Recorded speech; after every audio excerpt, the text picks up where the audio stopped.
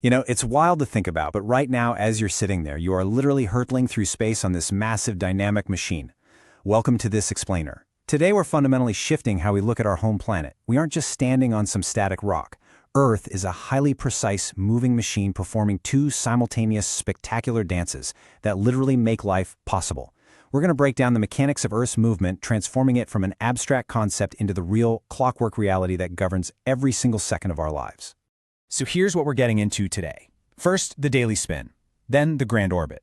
After that, a literal plot twist, our 23.5-degree lean. Then we'll see how that drives the cycle of seasons, and finally, we'll wrap things up with equinoxes and solstices. Let's get right into it. All right, part one, the daily spin.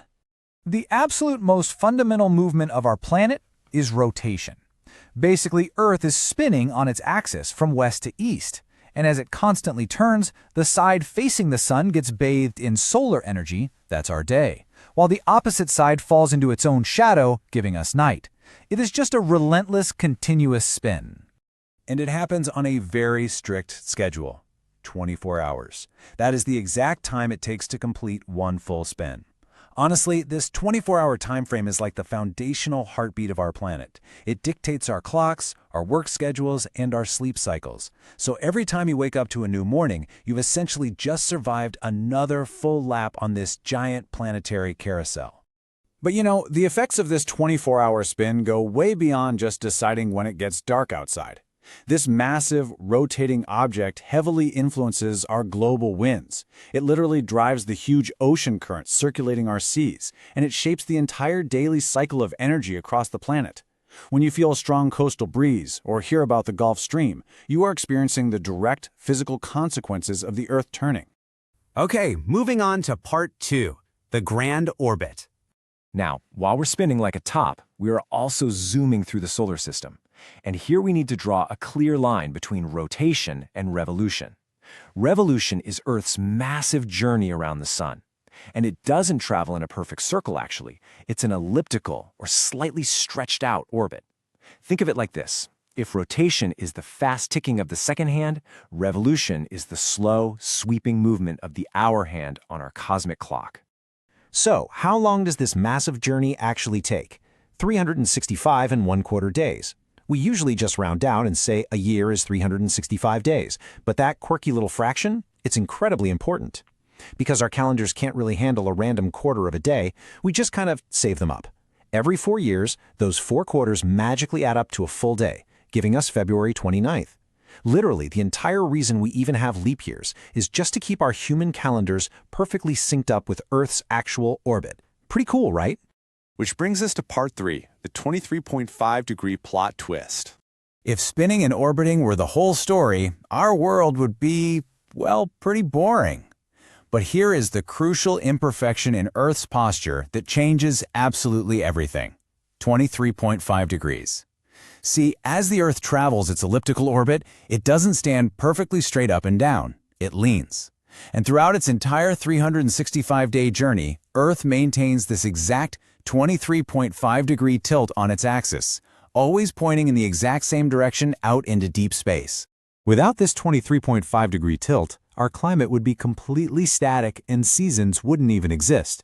If Earth stood straight up, the sun's rays would hit the exact same parts of the planet in the exact same way all year long. Nothing would change.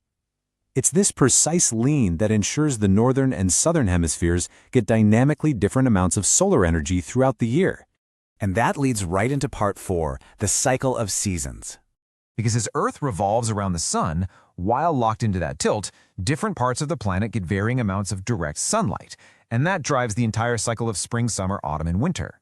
When the Northern Hemisphere is tilted toward the sun, it catches all that intense direct light. Boom, summer. Meanwhile, the Southern Hemisphere is tilted away, so it's in winter.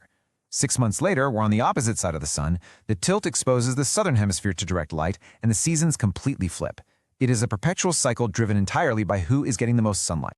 Finally, let's look at part five, equinoxes and solstices.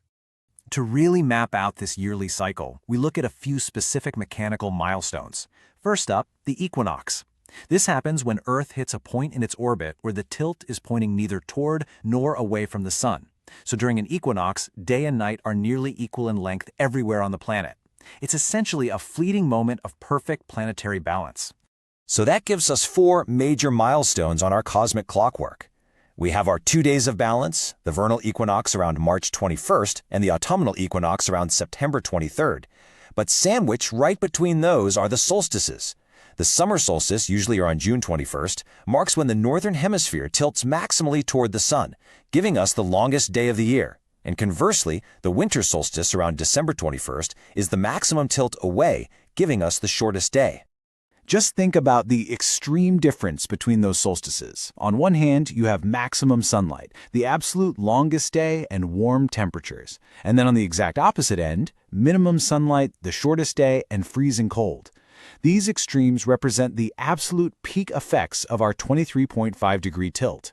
It's honestly incredible to think about the dramatic, sweeping impact that just a simple little planetary lean has on our entire environment. So Earth's rotation gives us our days, while its revolution and that brilliant axial tilt give us our seasons, equinoxes, and solstices. Together, they make life as we know it completely possible. But let's finish with this. What would life on Earth actually look like without our 23.5-degree tilt? If that tilt just suddenly straightened out, the ever-changing cycle of seasons that drives our agriculture, animal migration, and even human culture would just stop. Think about that the next time you watch a sunset or feel the first chill of winter. You aren't just experiencing weather, you are feeling the literal mechanics of a clockwork planet.